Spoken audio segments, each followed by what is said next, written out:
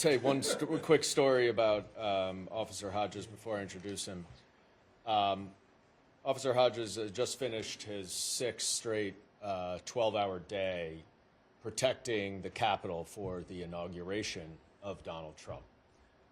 Many people have seen that video.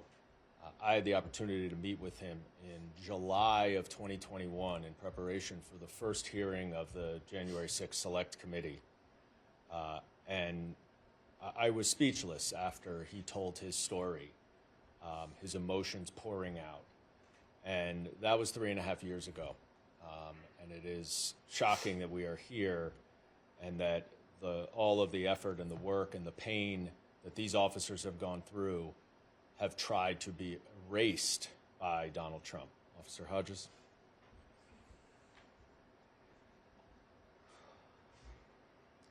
Good evening. I'm here today in my personal capacity, and I hope you'll forgive me if I am a bit scattered because, as the congressman said, I've been working pretty much nonstop since last Friday, I think,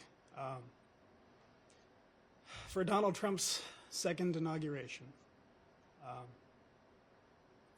Working to make sure that everyone who came to D.C. had adequate law enforcement services, that they were protected, that the transfer of power was peaceful.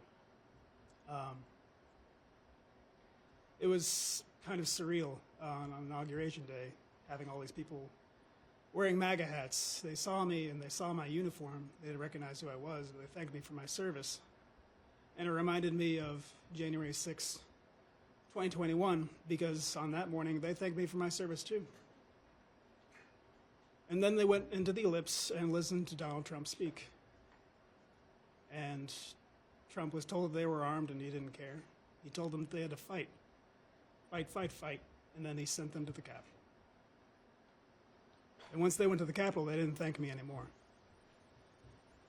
They called me a traitor, telling me to remember my oath.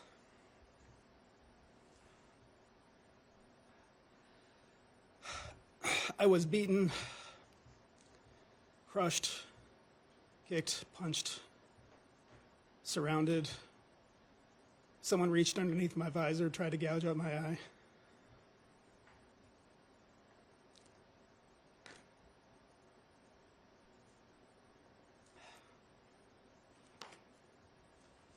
And all these people were just pardoned by Donald Trump, who says that they were the real victims, that they were the patriots. I don't understand how anyone can believe that. Donald Trump, everything he is, everything he stands for is anathema to me.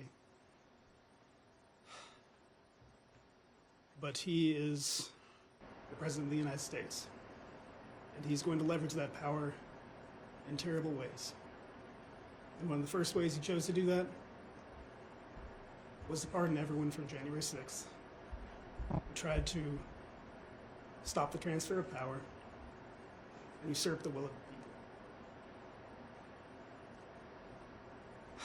I hope that the guardrails that remain in our government are sufficient to preserve the Republic for the next 4 years. And I would encourage everyone watching to look with fresh eyes on what Donald Trump is doing, what he's saying, and continually ask yourself if this is who you want to represent yourself to your children, to everyone else in the world, to your neighbors, your friends, to your family. Because while he has been elected, those in Congress who enable him are still answerable to you. And they're afraid of losing their jobs precisely because too many people offer their unwavering support for Donald Trump. If you begin to think, even a little bit, that we can do better than Trump, then their support for him might waver too. And he's not going to be able to ram through his horrific agenda quite as easily.